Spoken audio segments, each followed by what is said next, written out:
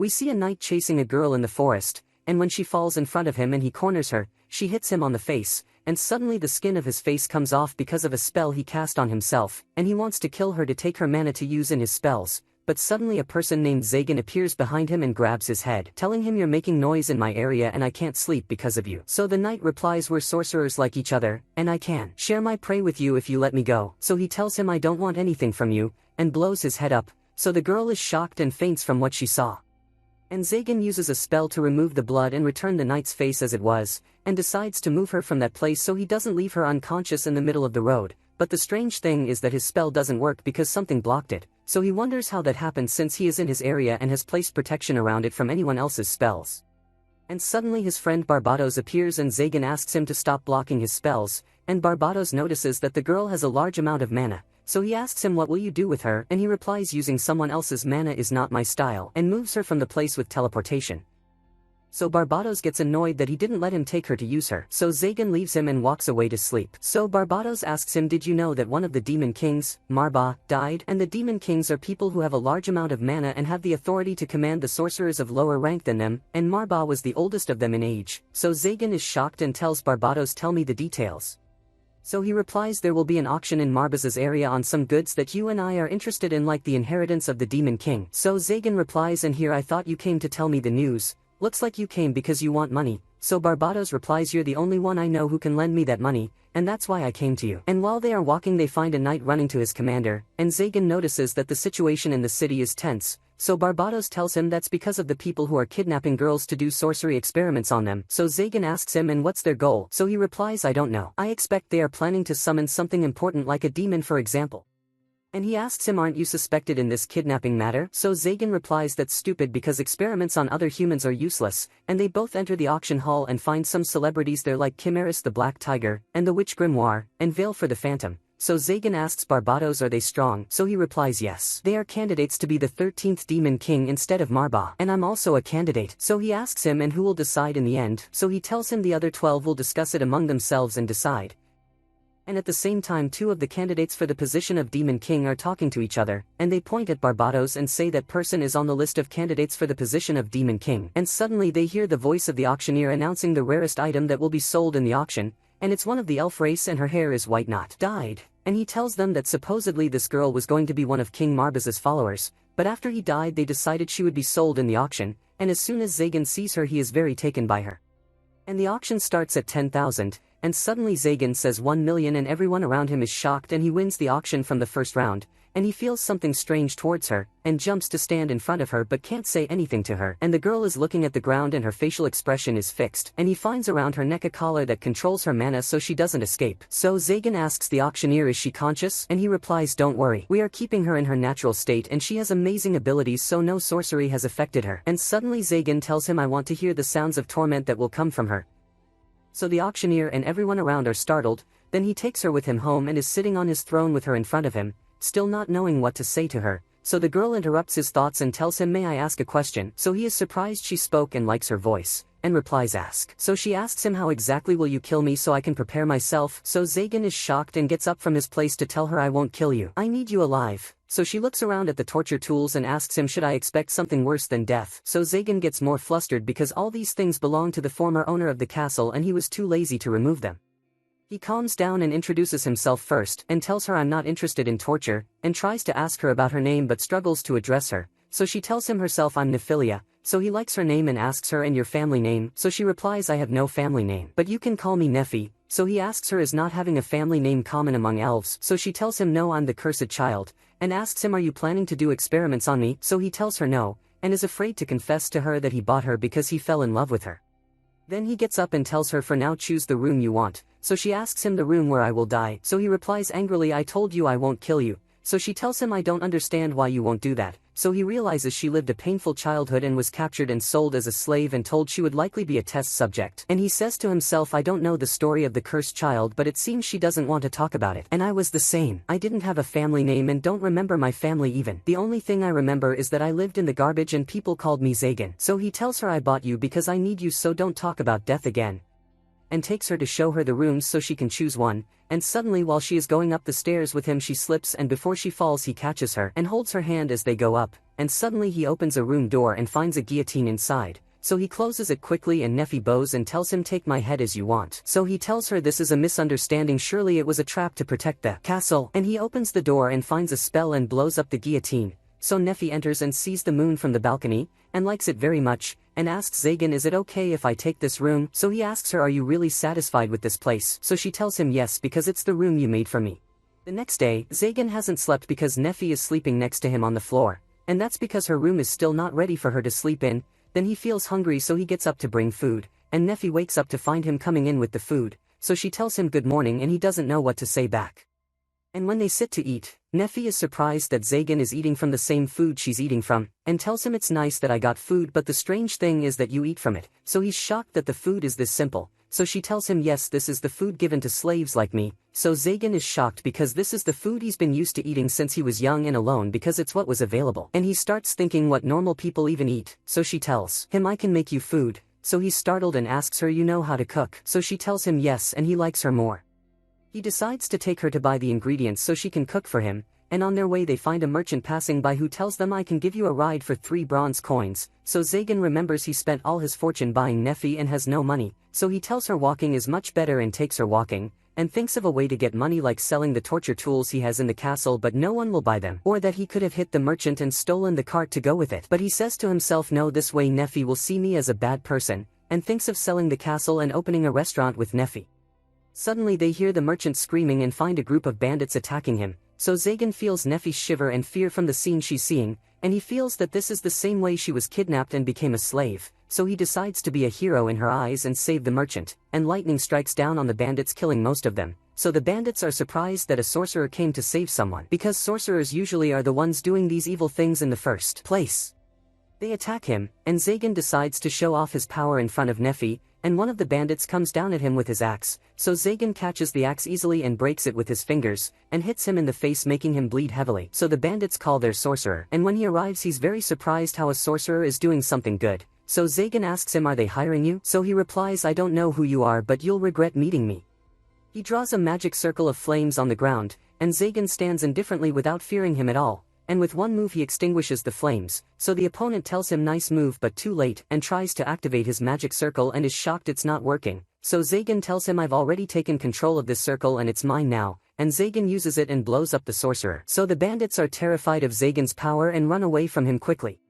Zagan looks at Nefi and finds her scared so he gets nervous and feels he did something wrong, so he tells her don't worry these thieves are not harmful at all. So the people laugh at them and thank Zagan for saving them and the merchant tells him I'll give you a ride for free and give you a reward, so Zagan thanks him and accepts, and says to himself this is a very good way to make money. But no sorcerers already have a very bad reputation.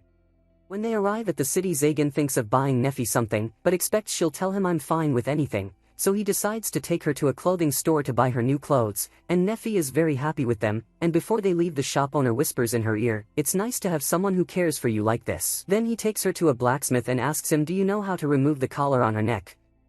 So Nefi is surprised that he wants to remove the collar, and the blacksmith tells him no this collar is made with special sorcery and I also think it's trapped so if you break it by force it could cut her neck. Surely there's another way to unlock it. So Zagan thinks that the auctioneer said they don't know how to remove it so surely when they took her from the Demon King's castle they didn't take the collar's key from there. Zagan thanks the blacksmith and gives him money, and before he leaves the blacksmith tells him no I won't take money from you this is repayment because you saved me and my daughter a year ago from bandits, so Zagan thinks this was surely a coincidence and he didn't intend to save the blacksmith and was just killing some people as usual for no reason.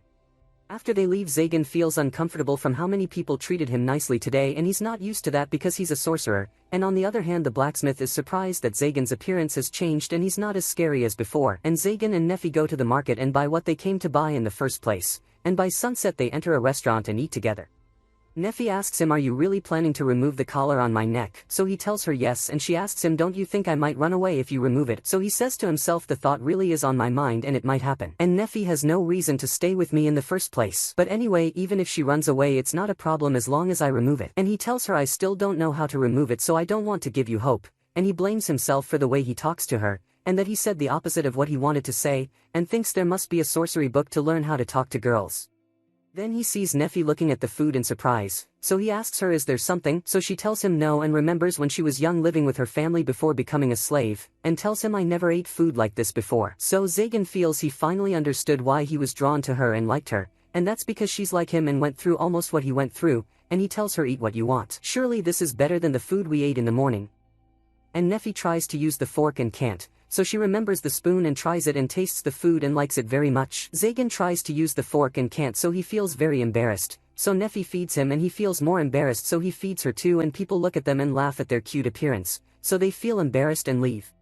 On the other hand, the girl who saw Zagan blow up the knight's head is walking wearing knight armor this time, and we learn her name is Chastille, and she goes to the castle and remembers that she was in a battle exterminating evil sorcerers, and when she was returning the knights attacked them suddenly, so she fled to the forest and Zagan appeared then and saved her, and King Clavule enters and tells her welcome hero. So she replies there's no hero who takes a mission from you and comes back with 4 knights dead.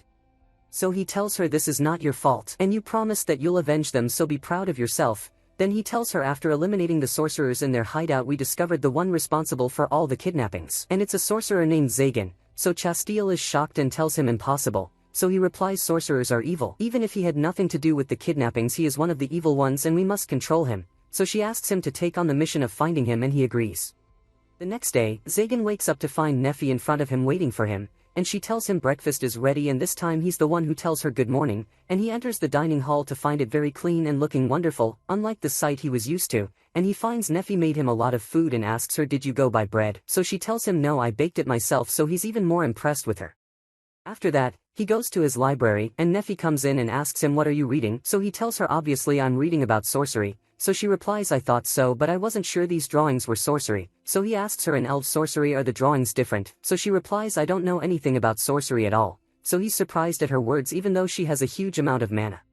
He starts explaining to her the basics of sorcery, and draws in front of her a very simple circle, and tells her this makes lightning if I add my mana to it, and when he shows her she is very impressed, so he tells her this is the lowest level of sorcery, and starts adding more symbols to the circle to have more control over the lightning, and adds the mana, and this time the amount of lightning is more and stronger.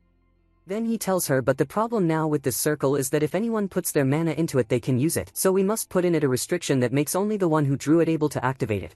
So she tells him you just added things outside the circle, so is it possible to add inside it? So he tells her nice observation. The answer is yes and no at the same time.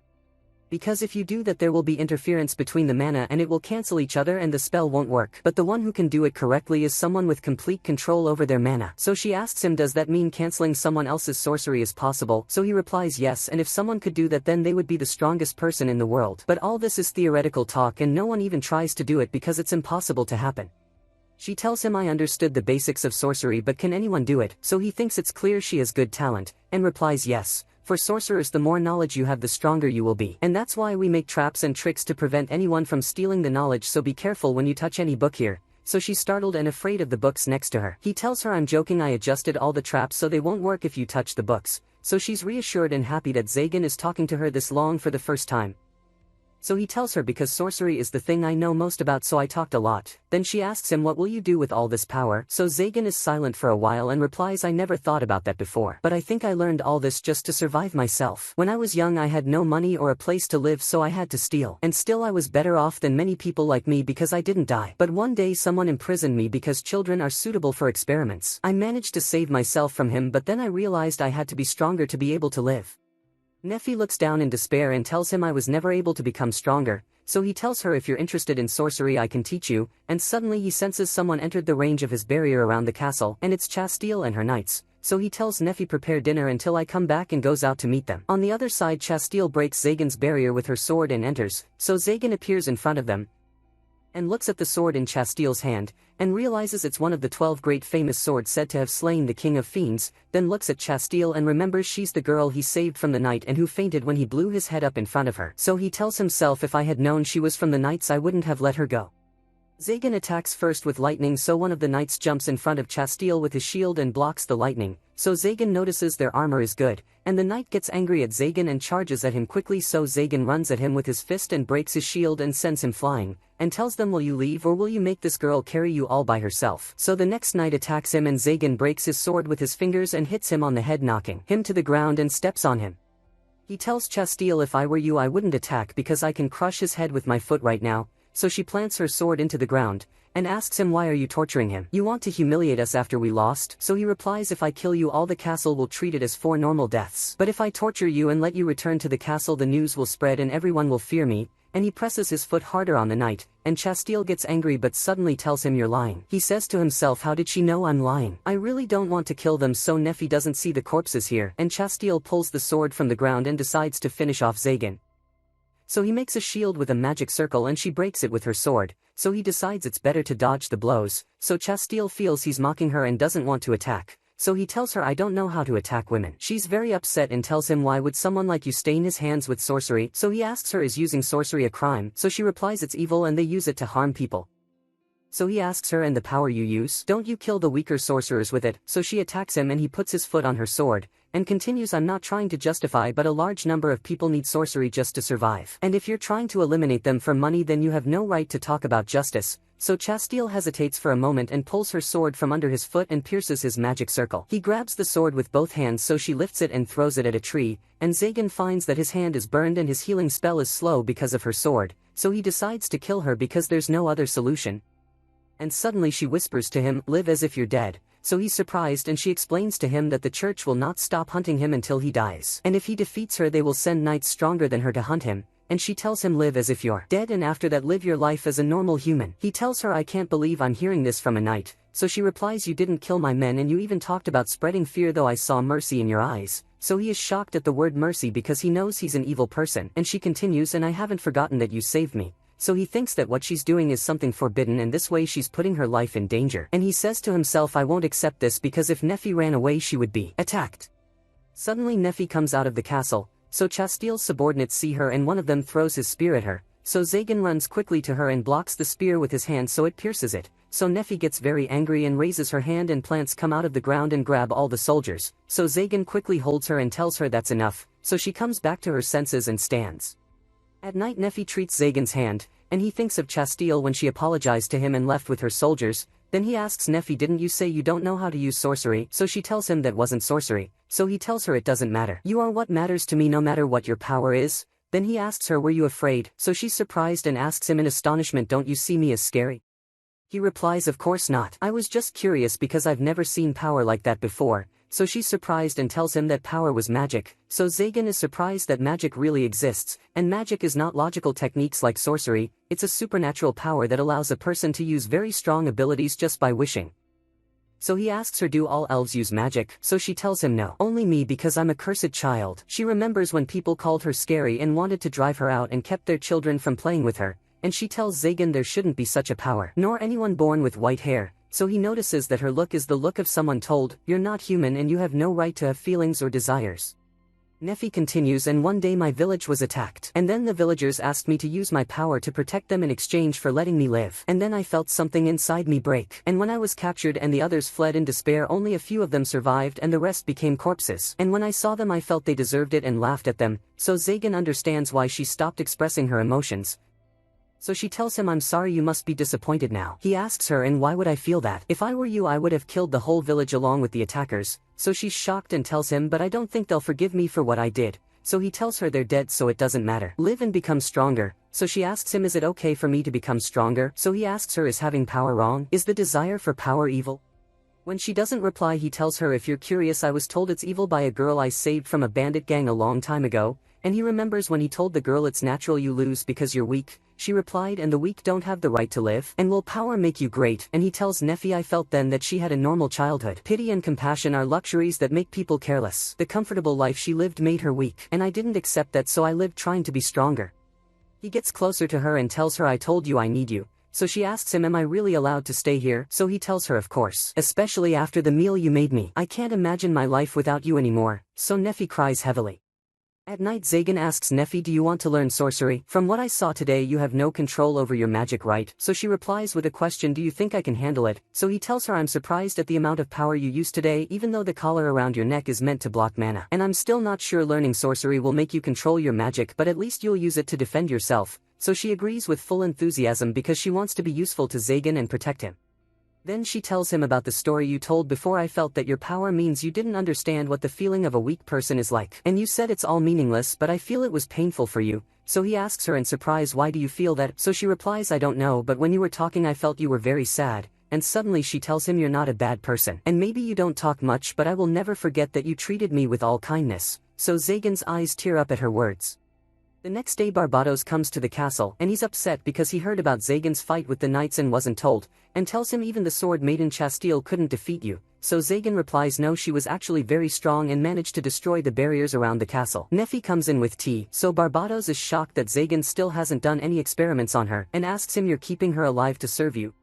So he replies, no, Nefi is my student now, I'll train her so she can help me in battle. So he replies, I understood the reason for the mess in your castle yard, and asks him, do you want to be one of the demon kings? So Zagan replies, all I want is the key to Nefi's collar. But if I also have authority then no one will dare touch Nefi. Then he says to himself, even so I'm still not strong enough to take that position. There are people stronger than me who have been training for hundreds of years. And after Barbados leaves, Zagan says what brought him here in the first place.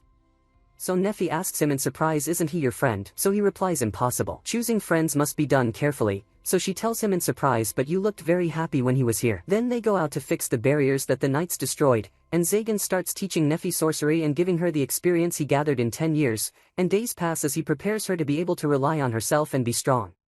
After a month a strange bird suddenly appears with a message for Zagan, and he's surprised it's from the 12 demon kings, so he goes to them in the ruins under the city they use as their hideout, and as soon as he enters he feels a huge pressure from their mana power, so he speaks to them with an arrogant tone so no one underestimates him. And they tell him, we chose you to be the 13th Demon King instead of Marba. And they draw the Demon King's emblem and tell him to take the position, you must take this emblem. Zagan feels an enormous amount of mana from the emblem, and the same amount coming from each one of them, so he tells them it doesn't make sense. There are many sorcerers far stronger than me, so they reply, your words make sense, you're still not strong enough. But even so no sorcerer can kill you. The first sorcerer you killed, Andres the Cursed, was a strong person, and the impressive thing is that you could copy his power from a single glance. And not only that, you figured out his sorcery's strength very quickly, and because of that you could create a very unique sorcery. Zagan remembers the sorcerer who had imprisoned him in a dungeon when he was young, and says to himself, they found out my secret weapon, and they continue, we admire your sorcery and your talent, and we know no one can stand against you, and if you want to take something from someone you will take it. Your power truly suits a ruler, and with time you will be the best sorcerer in history. He replies, if what you say is true then that means I can take all your sorceries, so they all laugh mockingly, and one of them, the only one wearing a white robe, replies, your words are true but know that we can take much more from you than you can take. So he remembers Nefi and understands they mean her, and they tell him the wrath of a demon king is not a simple thing. It's the erasure of everything in your life, whether human or material or memory, meaning the erasure of your existence entirely. And this is the nature of the beings you're facing now, and that you will become one of them, and then you won't see peace again, and you will move from the darkness of sorcery to a much greater darkness. This is the world awaiting you. He says to himself, I've known all this from the first moment I decided to be a sorcerer, and I knew the next step was one of two things. Either become one of the demon kings or die and be forgotten. But I can't drag Nefi into that darkness. So he tells them, I agree to be a demon king but with a condition, so they agree. At sunset Zagan returns home and Nefi has finished dinner, so he tells her, I became one of the demon kings, and she congratulates him. And he continues, and because I became a demon king I now have their possessions, and he takes out her collar's key and unlocks it, but suddenly he says, I don't need you anymore, leave this place. After a while Nefi is in the street sitting in shock and unable to comprehend what happened, to the point she asks herself, why am I here? I was just making dinner for Zagan, and she gets up to go back to the castle, but when she sees her collar she remembers that Zagan actually expelled her, then she remembers his words when he said I need you, and falls to her knees from the heartbreak she feels. Chastile comes up to her and asks, are you okay? So Nefi gets up and asks her, are you here to kill me? So Chastile is surprised that she's happy she's going to die, and replies, no, you're misunderstanding, I'm not going to hurt you. So Nefi insists she kill her, and people see them and think Chastile is bothering Nefi, so they get angry at her, and Maniola the clothing shop owner comes in and stands in front of Chastile. Chastile tries to explain to her and to the people that she's not here to bother or kill her, so Nefi replies to reassure them that she didn't do anything, and Chastile cries because of their suspicion of her. After that they all go to Maniola's restaurant and Maniola asks Chastile, you weren't bullying Nefi? So Nefi replies, no, she didn't do anything. Then the food comes and Nefi tastes it and remembers she was making dinner before Zagan threw her out, so tears fall from her eyes and they all get very worried, so she tells them that Zagan kicked her out of the house. So Chastile replies, I thought he was a respectable man but it seems he was just using you. So Nefi replies, no, Zagan is not the kind of person who would do that. Maniola asks her, did something strange happen before he kicked you out? So Nefi replies, yes, he came and told me he became a demon king. So Maniola tells her those are the most important sorcerers, and the town we are in was ruled by a demon king named Marba and we lived in peace. But since he died very bad things have been happening, so Chastile continues like sorcerers kidnapping girls to experiment on them. Maniola replies, yes, but the castle caught those who were doing it. I think the one responsible for that was someone called the Face Stealer, So Chastille remembers when Clavule told her that Zagan was responsible for the kidnappings happening. So Neffy asks Meniola, do people here have a bad opinion about the castle knights? So Meniola replies, because they asked us for a very large amount of money in exchange for saving us. So Chastille feels guilty. Neffy says but Chastille has no fault and she's not the one who asked for that amount. So Chastille is very happy she's defending her and doesn't see her as guilty. Then she tells them the important thing is that we must take down the demon kings. But the problem here is that we have 12 great swords and they are 13 rulers. So the solution we always used was to take down the newly appointed 13th ruler before he becomes strong and poses a threat to us. And also the rest of the sorcerers target him to get promoted, so Neffy understands that because of the war that would happen to him he stayed away to protect her. Suddenly Chastille asks her, do you think Zagan could gather some sorcerers to kidnap people and experiment on them? So Neffy replies no, because he doesn't care about weak people. And even when he saved some merchants from bandits he said he only did it because they were causing trouble. So Neffy realizes while talking that he might have been doing it for her, and Chastille replies, you're right. Even when I was fighting him he went easy on me because I'm a woman, and I noticed something strange about him. I felt he needed help or compassion but doesn't show it.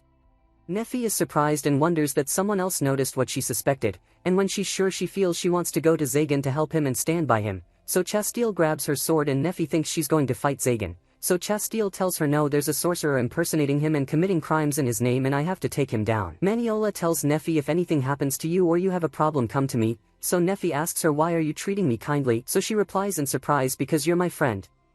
So Neffy is surprised and tells her, I never had friends before. So Maniola is happy and Chastille tells them, and I also want to be your friend. So Maniola teases her and asks, is it okay for a knight to be friends with a sorcerer's helper? Then tells her, I'm joking, we're already friends. Suddenly Chastille's knight subordinates come in, and when they see Neffy they're terrified of her because of what she did to them last time, and suddenly a black aura surrounds them and attacks them, kidnapping Neffy and Chastille, and tells them, I am Zagan, if you want the two girls come to my castle.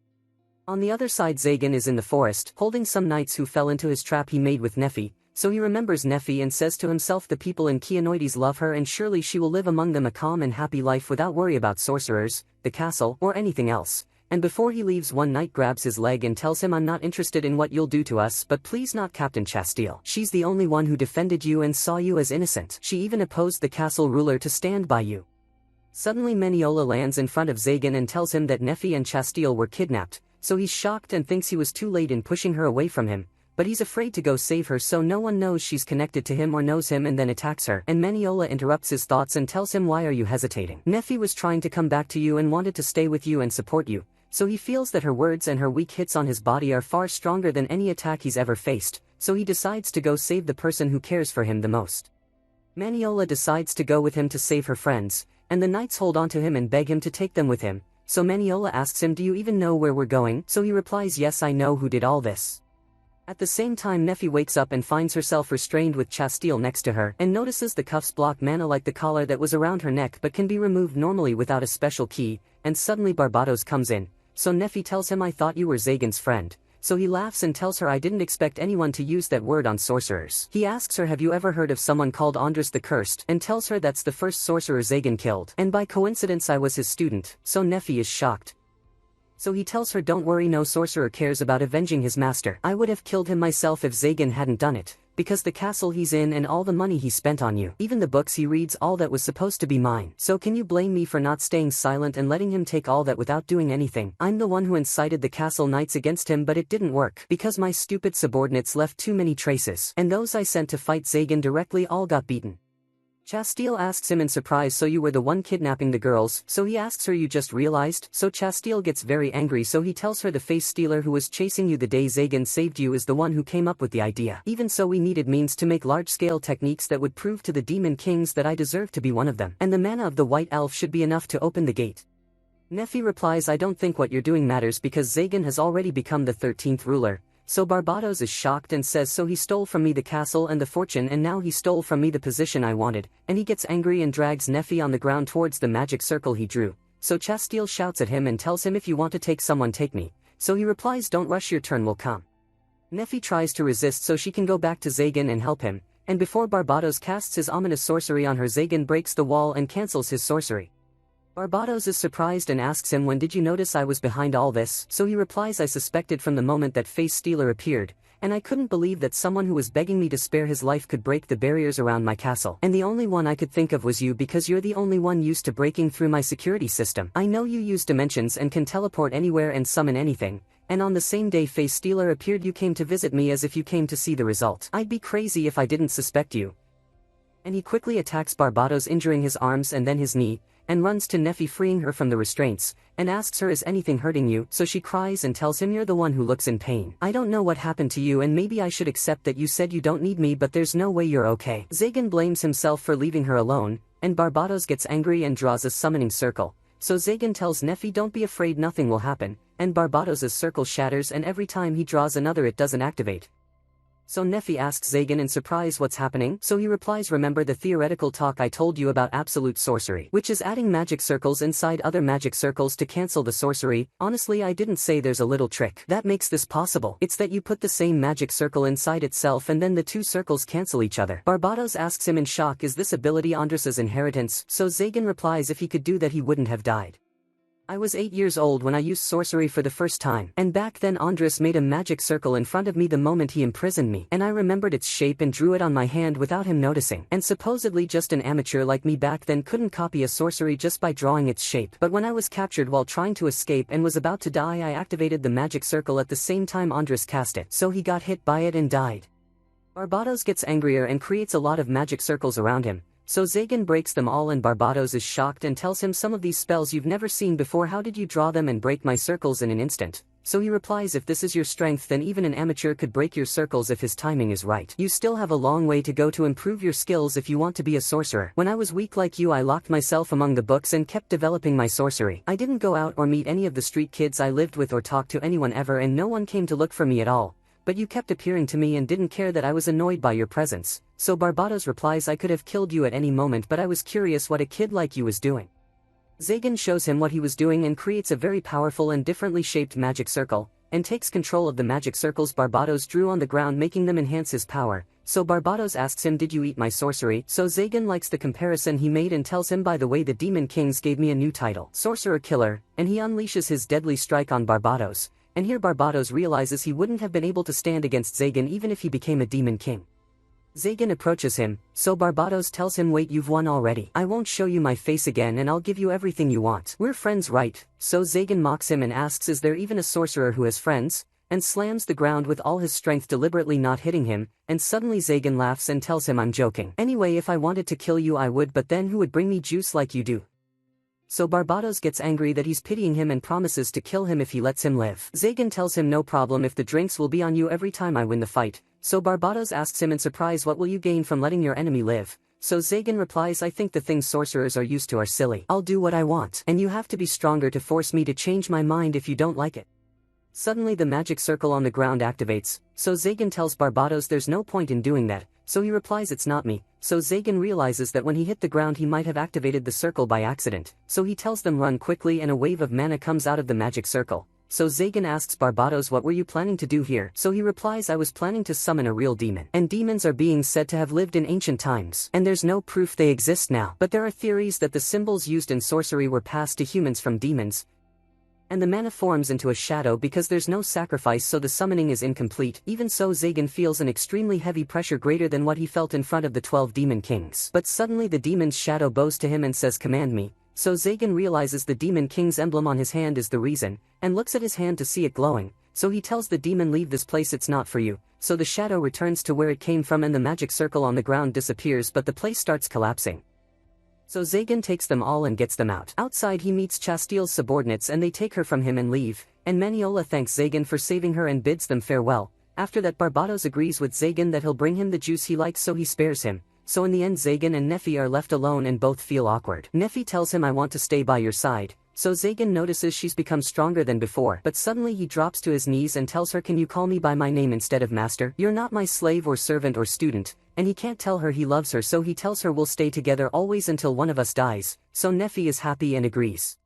Strangely she takes out the slave collar and asks him, can you put this around my neck again? So Zagan is shocked and she tells him, I want it because it reminds me of our first meeting and it was the reason I'm with you. So Zagan agrees and puts it around her neck with his own hand, and she asks him, so what am I to you now? So he says to himself, I don't know. Someone help me and tell me how to love my bride. The next day we see some people talking about the appointment of a new demon king, and they say he's a very scary person, and we find Chimeris and Grimoire sitting together at a table listening to what's being said. So Chimeris asks her, aren't you upset? I thought you'd be the demon king. So she replies, no, I'm not upset. I just want you to watch and everything in this city will change. Outside the restaurant we find people talking about Zagan and wondering if he'll rule the city instead of Marba, and they say they saw him going down to buy things from the market himself normally despite his high position, and they talk about Nefi too and say she's very beautiful. On the other side in the knight's castle Clavuel asks Chastille, you're refusing to lead the mission to take down the 13th demon king, so she tells him yes, and thinks about how he saved her life twice so she can't betray him, and continues, as I told you before, Zagan is not the one responsible for the kidnappings that happened. So he gets angry because she's defending a sorcerer and strips her of her knight rank. So she says to herself they care more about placing blame than dealing with the demon kings. I think the castle has become very bad, and her subordinates try to defend her in front of the castle ruler, but Chastille silences them so no one shares the blame with her and gets expelled like her. She gives Clavuel her great sword, and remembers that when she first got this sword she was proud to use its power to protect people, and says to herself, I didn't notice that I had just been following the castle's orders and not wielding the sword by my own will. And strangely Clavuel tells her, don't be upset. Do you think I'm happy that I issued such a decision? It will take time, but your punishment will be lifted in the end. So she asks him in surprise, what do you mean? So he tells her, swords choose who will wield them, so it's hard to take it from you and you are one of the chosen, and I will try to find a solution. So Chastille is happy that there's still someone who sees her as valuable in this castle, and he continues, but be careful, all I can do is protect you politically. And there's a terrifying man coming here. He is the most dangerous wielder of a great sword in the castle, Raphael Hierandel. So Chastille is shocked because she's heard rumors about his cruelty, and the first thing she thinks is that he's coming to this castle because she rebelled, and at sunset she leaves. On the other side Zagan is in the castle's library reading the books he took from Marbaz's castle, hoping to find any evidence of the existence of demons or any information, and Nefi comes in trying to sneak to surprise him, so he notices her and lets her do what she wants. But in the end she makes a sound and reveals herself. So he asks her, why do you want to surprise me? And she replies, because I see you tired from all the research you're doing. So he realizes how sweet she is and that she wanted to make him happy and ease things for him. Then she tells him lunch is ready and takes him, and they go eat together, and he's surprised at the number of dishes she made for him, which she learned from Maniola, and dessert time comes, and when he tries it he likes it a lot, and suddenly he feels something breach the barrier but stays in place to finish the dessert. And the intruder enters the room, so Zagan tells him it's polite to introduce yourself first, but he remembers seeing him before in the auction hall, and his name is Valefor the Phantom, and he was one of the candidates for the position of Demon King. Valefor charges an energy orb in his hand, so Zagan tells him angrily, I'm eating, wait until I finish, so Valefor cancels the energy orb and waits. So Nefi tells Zagan, I can make you another later, so he replies, I won't waste food. So Valefor feels insulted and extends his claws quickly, so Zagan stops them with one hand, and notices this is not a sorcerer's hand, and Valefor opens his mouth charging energy. So Zagan gets annoyed because this will ruin his food, and hits him with a strong blow, knocking him unconscious. Suddenly they find that Valefor's head was actually a helmet, and Nefi finds inside the armor a small unconscious girl. So Zagan is shocked and feels guilty for hitting a little girl. So he carries her on his back and takes her to one of the rooms, and when the girl wakes up she's startled and attacks Zagan. So he grabs her fist and tells her, you owe thanks to Nefi. I would have twisted your neck and thrown you out of the castle. And he says to himself, of course I'd never do that in front of Nefi. Then he asks her, why did you come to attack me? So she replies, because I want to be strong. So he tells her, your right strength is necessary. But why me? So she tells him, because you just took the position of Demon King, and since you're known as the Sorcerer Killer I thought I could beat you if you didn't use sorcery. So he replies, I really can't stop your abilities because they're not sorcery. You're a dragon, right? So she's surprised he knew, and he himself is surprised that there are still dragons alive. He notices she's like him when he was young and got caught stealing food, so he decides to handle her the right way, and gets up and tells her, you challenged a Demon King and that means you'll be punished. I order you to help Nefi in the castle for a week. So she and Nefi are surprised. And he says to himself, I can teach her what's allowed and what's not while she helps Nefi. I don't know much about morals, but at least I can teach her how to behave like a villain. And if she makes the same mistake again then I won't feel guilty. Suddenly Valefor asks him, aren't you going to eat me? So Zagan is shocked and says to himself, I know I'm a bad person, but even someone like me hurts when hearing such words from children. So Valefor says humans think eating dragon meat will make them stronger. So Nefi is surprised by this. So Zagan tells her, and bathing in dragon blood will make you immortal, and eating their meat will give you endless mana, and their bones are made into an elixir that cures any disease. But many legends are like that, and that's why Valefor hid her identity. He replies to Valefor, I assure you I won't eat you because all I'd gain from that is a bad taste. Then he asks Nefi to bring her some of the food she just made. So Valefor suspects him and asks him, what are you planning? So he tells her, no, this is called kindness. And because I'm strong and you're weak I give you food. so she's irritated, and before she throws the plate of food in his face, he gives her a terrifying look and tells her, I hate people who waste food, especially if Nefi made it. And I kill them. So she's scared and decides to eat, and likes the food a lot, so she eats it quickly. Then he heads to the door and tells her, help Nefi with whatever she needs from you. So she tells him, wait, aren't you afraid I'll attack her after you leave? So he replies, do whatever you want. I'm sure you know what will happen to you if you try to escape. And I know your secret. Oh, and by the way, you're mistaken. Nefi is much stronger than you actually. The reality is the opposite of what he said, and he's worried and anxious about Nefi, so he stands watching them from behind a tree as they hang clothes on the line. So Nefi asks her, are you afraid of Zagan? So she replies, I'm not afraid of his face, but his power is very terrifying, even though he didn't use any of it when I attacked him. So Nefi reassures her that he doesn't use his power without reason, and asks her, what are you planning to do after this? So Valefor replies, I don't know. I'm too weak to face any of the other demon kings. She asks Nefi, why do you obey a man like that? So Nefi replies, I came here when Zagan bought me, but he never treated me as a slave. He treated me as a person, and that's why I like being here. And asks her, do you have a place like that? So Valefor replies, no, I have nowhere to go. As the days pass, Valefor becomes more comfortable and learns many things from Nefi, and Zagan doesn't find what he's looking for in the books he has, so he decides to go to Marbaz's castle because it's hard to believe that a demon king like that had no interest in demons, and Valefor comes into the library and tells him dinner is ready. So Zagan leaves and Valefor follows behind him. She asks him, aren't you afraid I'll attack you when you turn your back to me? So he remembers when Barbados told him, if you let me live I'll kill you, and replies, someone told me something like that recently. So I'll answer you the same reply I told him, do it whenever you want, but if you lose every time you'll stay here in the castle and help Nefi. Then they go have dinner together, and Valefor apologizes to him for interrupting him when he was eating last time, so Zagan forgives her easily. Then he tells them, I'm thinking of taking Valefor with me to the Demon King's castle. So Valefor is shocked and asks him, are you crazy? That means you'll share with me the knowledge of a demon king. You even let me enter your library that has your important secrets. Didn't it occur to you that I might steal them? So he replies, I don't mind. I consider techniques and knowledge things that should be stolen in the first place. I killed the owner of the castle we're in and stole all his knowledge. So she tells him, but you could force me to obey and serve you. So he replies, to me it doesn't matter whether you're a dragon or how long you've lived or even whether you use sorcery or not. You're still a child and no one should test you on something or hold you accountable. So Valefor cries and Zagan is shocked, thinking he hurt her with his words, so he puts his hand on her head and tries to comfort her, then tells her, surely obeying a demon king will benefit you a lot, and surely no sane person would risk targeting you. So she agrees to go with him and tells them, call me Vor from now on. And the next day Vor writes her daily diary, saying, me and my roommate Nefi were cleaning the castle and making food. It's tiring but not annoying, and she would usually praise me when I did something good, yet I don't understand the relationship between the Demon King and Nefi. Nefi goes to him every morning and looks at him while he's sleeping for a bit and then goes to start her work. And the Demon King spends most of his time in his library reading sorcery books and also gives Nefi lessons in it. But I feel warmth in my chest living here. Tomorrow they will take me to the former Demon King's castle. And the next day they move towards the castle of Marquesias, and on their way they enter Maniola's shop to get new clothes for Vor. So Vor is very happy with the new clothes and thanks Zagan for them. And on the other side Chastille is walking, thinking about giving up her great sword and her position for Zagan and Nefi, and says to herself, at least my withdrawal from the mission to eliminate Zagan will delay it, though I doubt he will thank me for that later. But I want to see them happy and be a family one day and enjoy their lives. And it's an honor for me if they remember me after I die.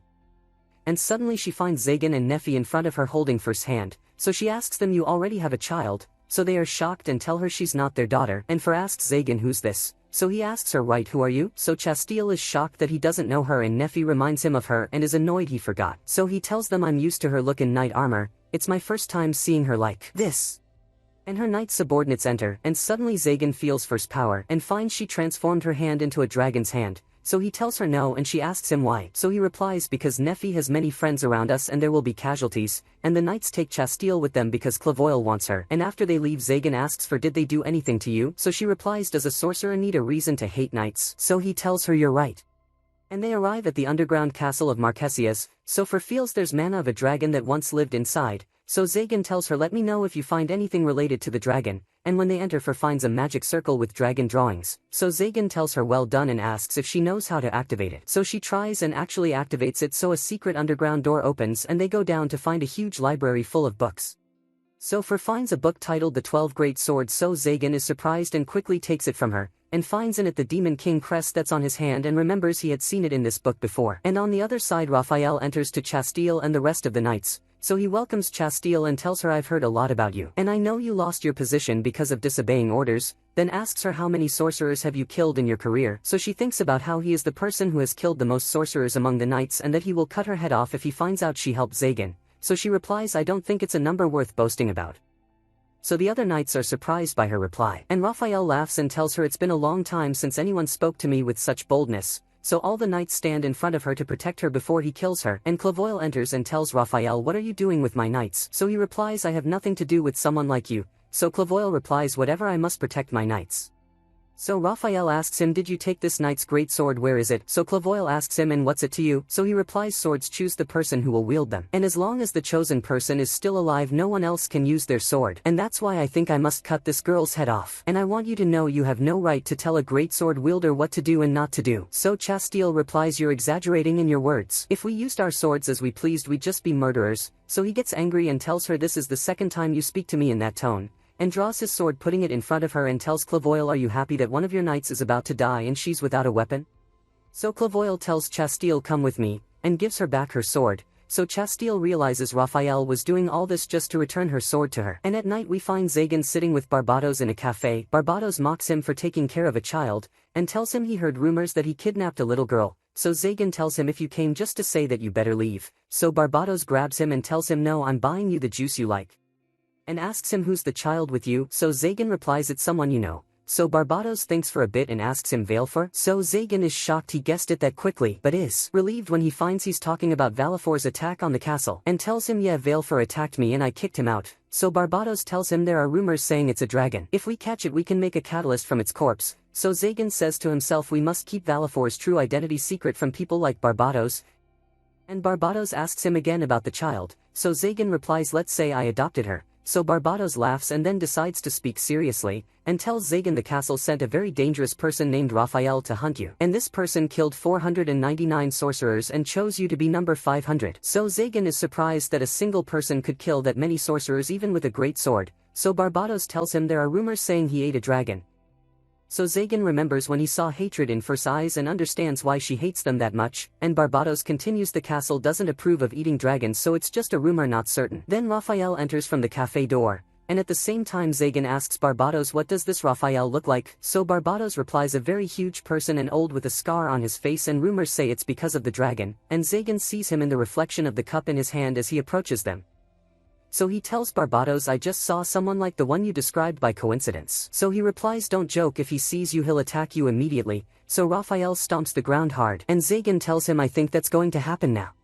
So Raphael smiles an evil smile and the cafe owner loses consciousness, so Barbados attacks him and Zagan stops him, telling him I don't think he came for a fight, and tells Raphael there's an empty spot would you like to join us, so Raphael replies seems the new Demon King is a calm person. And when they sit Zagan asks him do you need something from me, so he introduces himself first and tells him I heard you fought one of my colleagues, so Zagan realizes he means Chastille, and tells him though my appearance is not as striking as yours, so Raphael laughs at his compliment and tells him and you really look as evil as I heard in the rumors, so Zagan tells him I think your hobby is killing sorcerers but there's two in front of you here and you didn't kill either of us.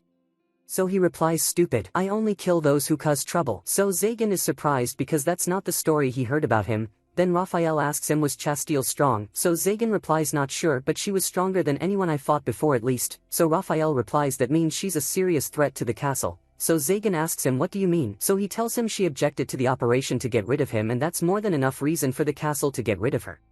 So Zagan is surprised she did that for him and put herself in a hard position when she could have just gone along with it and pretended to be with them, and Raphael gets up and tells him I'm done with what I wanted, so Zagan realizes he came here just to know if she had a connection to him or not to find a reason to take her out, so he tells him wait, Chastille has friends from this city who will be very upset if she dies, and this city is my territory, and I'll take you out if you kill her, so Raphael laughs and leaves. So Barbados tells him I think you should chase him and kill him, so he replies go do it yourself. So he's shocked and asks him do you want me to die, so Zagan replies yes but that's not what I mean. I want you to go check on Chastille you're faster than me with your instant teleportation magic. And Zagan returns home and finds Nephi and Fer waiting for him, but Fer had gotten tired and fallen asleep, so Nephi tells him she spent the whole day arranging his library for him so he could read. And Barbados arrives by instant teleportation with Chastille unconscious, and tells them save her quickly she's poisoned, Sofer wakes from the noise and sees the great sword with Chastille, so she gets very angry and transforms her hand and quickly attacks her. So Zagan stands in front of her and holds her hand, and she asks him, why did you stop me? So he asks her, was she the one who hurt you? So she replies, there's a person with a great sword who killed my family.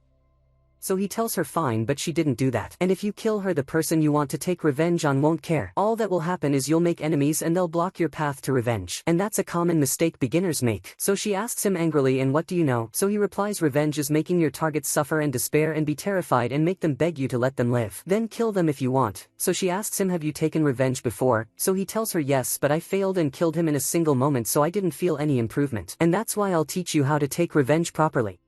And lucky for you, this castle is full of torture tools I'll make you use. Sofer calms down and tells him fine, and when Chastille wakes she finds Zagan in front of her, so he tells her you must thank Nefi because she's the one who treated you after you were poisoned, and asks her any idea who did it, so she tells him not sure. I got a letter with no sender's name, and the person I met was from the castle but hid his face and told me there's a group supporting coexistence between sorcerers and knights. And since you challenged the castle you surely need protection. And to prove I'm worth your trust if you fall into danger call Urobas. And when I asked is that your name he replied yes and no. Consider it the name of our leader. The important thing is this name will protect you whatever the situation, and when I returned to my room I found a teapot on the desk, so I tasted it and it turned out to be poisoned.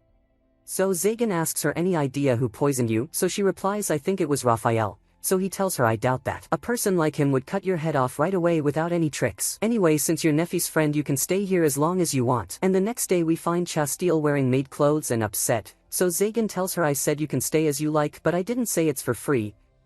And she notices for looking at her angrily, so she tries to talk to her and for replies don't talk to me, and leaves her and runs. So Zagan explains to her that someone among those with the holy swords killed her family. So Chastille asks him wouldn't it be better if I leave? So he replies no, just leave her be. And after a while Zagan hears Chastille screaming, and that's because For threw a frog at her, so Zagan goes and mocks her, telling her I think she's trying to bother you without using her power because she's still a child, and suddenly For throws frogs at her again and Chastille is terrified, so Zagan is surprised that someone who's afraid of frogs is supposed to be a great knight and leaves her and goes.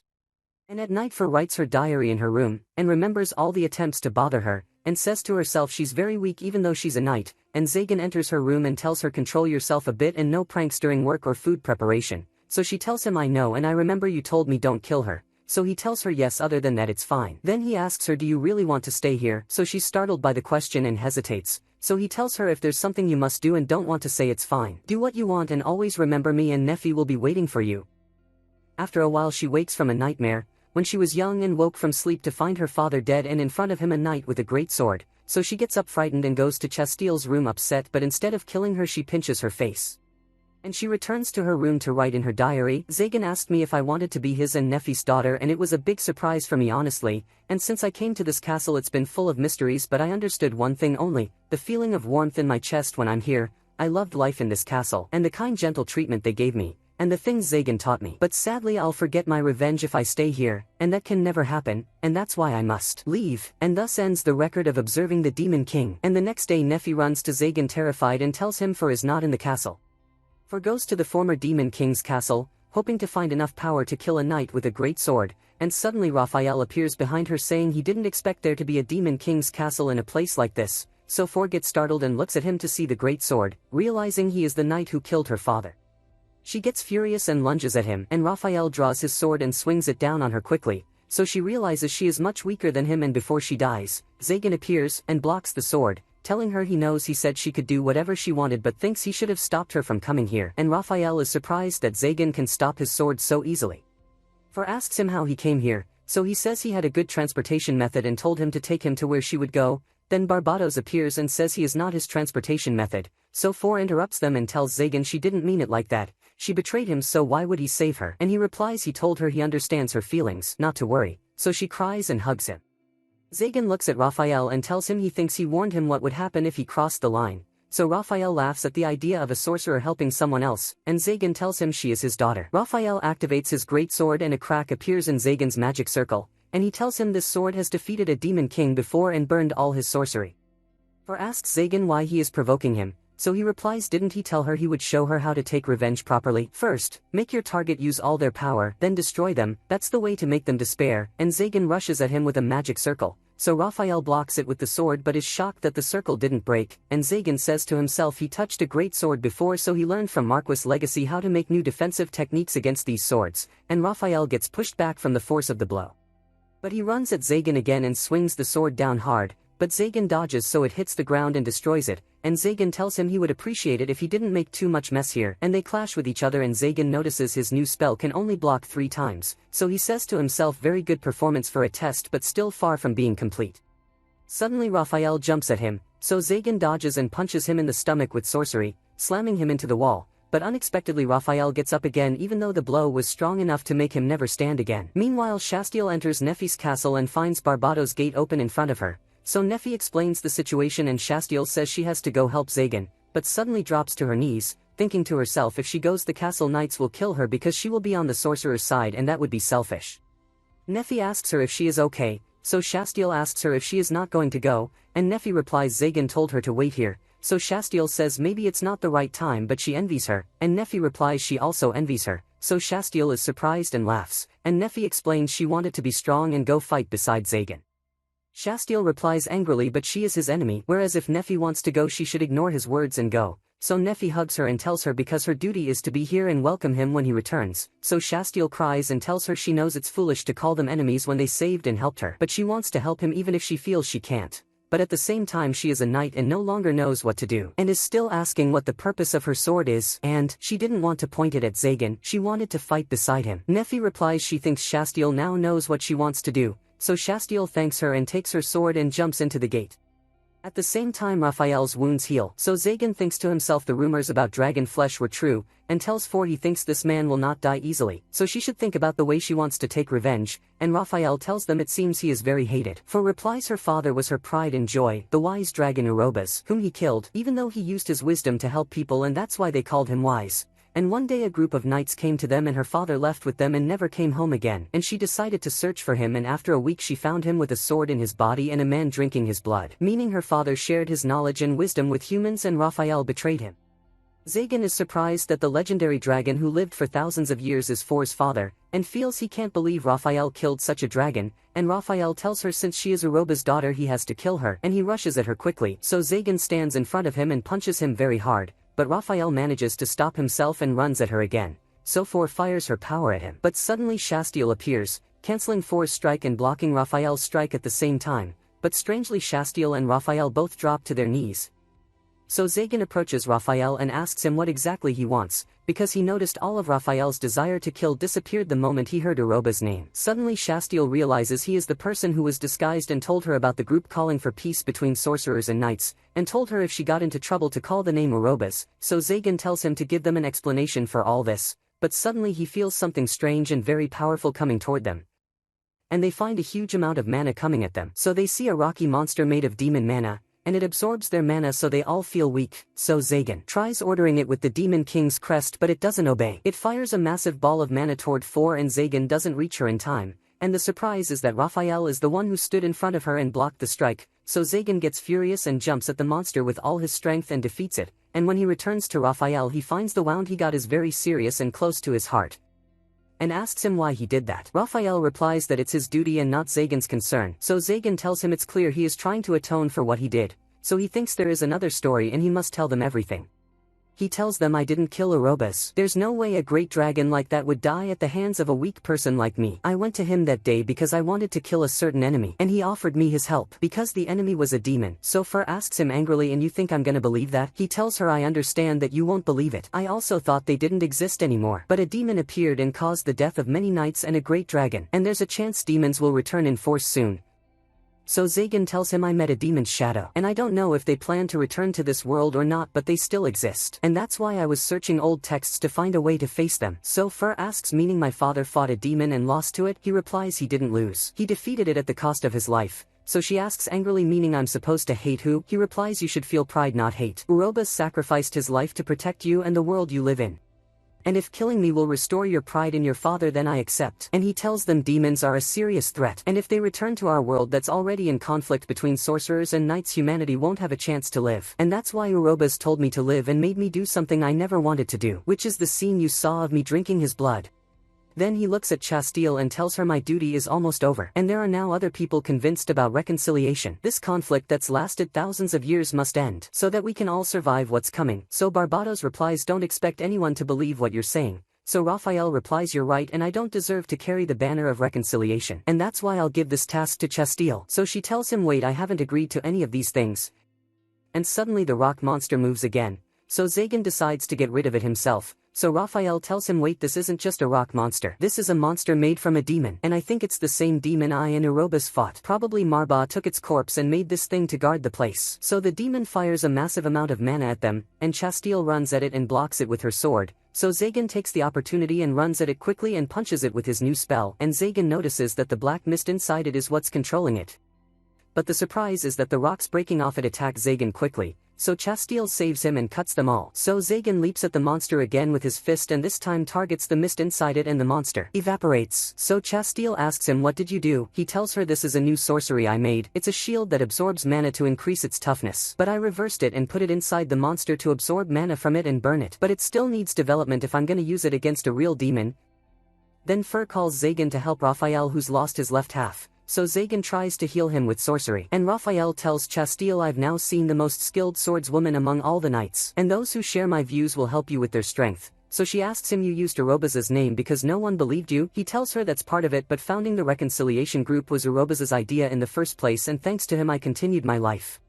So I couldn't think of a better name than that for our leader. So Zagan asks him, then why did you kill many sorcerers? He replies, I didn't kill them because I enjoyed it. My intention was to talk to them and understand each other. I even laughed to prove to them I didn't mean harm, but they attacked me as soon as they saw the smile. And I had to defend myself, of course. So Zagan replies, in surprise, you realize how much evil showed from you when you entered the cafe? So Raphael replies in surprise, but I came to warn you of the danger threatening Chastille. So Chastille asks him, didn't you ask me about the number of sorcerers I killed when we met? He tells her, well, you can't be the leader if you killed like I killed, and said it's a number not worth pride. That's when I knew you're the right person. So Zagan replies angrily, you need to look at yourself in the mirror. Your appearance is the opposite of your intention. Then Raphael tells Chastille to return to the castle and he'll deal with those who want to kill her. So she asks him, you know who tried to poison me? He tells her, you'd be surprised if you didn't notice, and he tells Fur, please ask for my head after I finish this last mission. So she replies, tell me just one thing. In your opinion, what was the dragon Erebus like? He tells her he was a great dragon, and the moments I spent on his back fighting with him are the moments I cherish most in my life, and he leaves them and walks away. So Zagan asks Fur, are you satisfied now? She tells him, I can't decide if it's right to kill him or not. So he tells her, you did the right thing. And after that they return home to Nephi and she welcomes them. On the other side, Clavoily asks the knights, you still haven't found Chastille? They reply, no, not yet. So he tells them, I'm very worried about her. Search for her. And after they leave, he says to himself, why don't you die? And he's very angry that Raphael interfered in the matter and returned her sword to her. Suddenly Raphael enters, so he asks him, what happened to your arm? So Raphael replies, don't worry about it. So Clavoily becomes suspicious of him and decides to take precautions. So he puts a strange substance on his hand thinking it's a treatment and approaches Raphael. But suddenly Raphael cuts his hand and tells him, I don't like a hand with poison touching me. So Clavoily screams from pain and Raphael puts his foot in his mouth and tells him, this is the first time I intend to kill someone for real. You and I are supposed to not interfere in the young generation, and the idea of eliminating their future doesn't work. And he kills him and tells him, I'm coming right after you, so wait for me a bit. And after that he goes to Zagan in the castle and tells Fur, I came to give you my head as I promised. So she replies to him, no, I won't kill you, but you'll spend the rest of your life serving Zagan and Nephi. And the next day we find Chastille upset when she learned that Clavoily was the one who tried to poison her. So they all try to comfort her and Zagan jokes with her. So she tells him, I was about to pour the tea that Nephi made. So Zagan replies, it wasn't Nephi who made it. So she stands in front of Fur and tells her, we haven't talked properly since I came here. But Fur is still afraid of her and not comfortable. So Chastille tells her, no problem, I'm not expecting us to get along quickly. And Chastille heads to the door and suddenly Fur tells her, visit us again. So Chastille is happy and cries. And then she tells Zagan, it wasn't a long time, but thank you for letting me stay here. And I'm not sure if I can lead the reconciliation group, but I'll do my best to make the world a better place. Suddenly Raphael puts his hand on her shoulder and tells her, I'm proud of you. So Chastille is terrified because she doesn't know he's still alive and that Zagan healed him. And she gets very annoyed that he and Zagan are talking normally as if nothing happened or as if Raphael's presence in the castle is something strange. So Raphael tells her he left the knights and became a servant for Zagan. And after a while Fur asks Raphael, do you miss your arm? So he tells her, don't worry about it. So she goes to get her armor's arm and uses sorcery on it so Raphael can use it as if it's his arm, and he's very happy with it, and Chastille bids them farewell and leaves. Then Barbados appears and he's just woken up from sleep and tells Zagan, I'm hungry. So Zagan tells him, I want you to watch Chastille and protect her and I'll pay you for that. So Barbados turns himself into a shadow and merges himself into Chastille's shadow. And the next day Fur opens her diary again and writes in it, I never imagined I'd open the book and write again, but I returned to the castle. And now I'm fine and much better than before. And she writes the rest of the events that happened in the past 2 days. And that they are spending fun time together. And one day they go to the city to buy some things. So all the people look at them and admire them. And Zagan notices that Neffy has adapted to the city's environment and started dealing on her own. And on their way they pass by Manuela and Neffy gives her some sweets she made. So Zagan sees at Manuela's place a phonograph, and he's very surprised because something like this should be an antique and not exist. And he likes it very much, so Manuela tells them unfortunately it's broken. And she tells them that some street kids came to sell it and no one agreed to buy it from them, so they left it with me and went. So Zagan remembers when he was one of those street kids and they would find anything in the trash and try to sell it. So he tells Manuela I'll buy it, and gives her a bag with a lot of money. So Manuela is surprised and tells him this money will buy them a lot of clothes. But the device is broken. So he replies, don't worry, a bit of simple sorcery and I'll make it work. And after that they return home and find Chastille and Barbados waiting for them. And they welcome her very much and Zagan asks her what's the news. So she tells him, I was busy the past 2 days because the death of Clavoyly in an accident was announced, so I was doing his leftover work. Then Zagan sits next to Barbados and tells him, you know you're not invited. So he replies angrily, it won't hurt you if you feed me. And Neffy, Chastille, and Fur go to make food together. And on the other side Zagan goes to his room and starts fixing the phonograph he took from Manuela. And Barbados enters and tells him, you must do something about the foolish girl you made me watch. So he asks him, has anyone else tried to kill her? So he replies, no, the problem is much bigger than that. She doesn't stop making silly mistakes every night, like dropping a big pile of papers so I have to collect them, or bumping something and before it falls on her I save her. I can't sleep at all, and at this rate either she'll die or I. So Zagan replies, I don't mind if you die. So Barbados is shocked and Zagan tells him, don't worry, I'll treat you to all the drinks you want. And at the same time Chastille lets Neffy taste the food she made, so Neffy is shocked and finds it very bad. But she tries not to embarrass Chastille and tells her, you did your part, now go wait and I'll serve the food my way. And at night Zagan plays the phonograph and they all enjoy the music, and they all sit eating together and Barbados annoys Chastille. And when he tastes the soup she made he loses consciousness, so Neffy is surprised and Fur smiles an evil smile because she was the one who put it for him, and Chastille finds out that the soup she made is very bad. And at night Zagan is sitting adjusting the phonograph more. So Neffy enters and tells him how much she enjoyed today because it's the first time they have many guests and sit and eat and enjoy together. And she asks him, why did you buy this phonograph? So he tells her, it was just a whim and I also wanted you to enjoy the music. So she tells him, you look very sad when you remember the past. But today was different. So he tells her, when I lived in the street I had no house or food source, but I had friends to share bread with. And he says to himself, I wasn't alone, and I realize that now. And it's true, I haven't gone there for a long time. I wonder if I'll find someone I know, and when will they all be alive? Then he asks Neffy, do you mind if I return the phonograph to the street? So she tells him, I don't mind, of course. And they sit listening to music together and suddenly Neffy sings, so Zagan likes her voice very much. And the next day all the townspeople enjoy the music because Zagan put the phonograph in the street, and all the children dance and are very happy as if it's a festival, and Zagan and Neffy live happily ever after.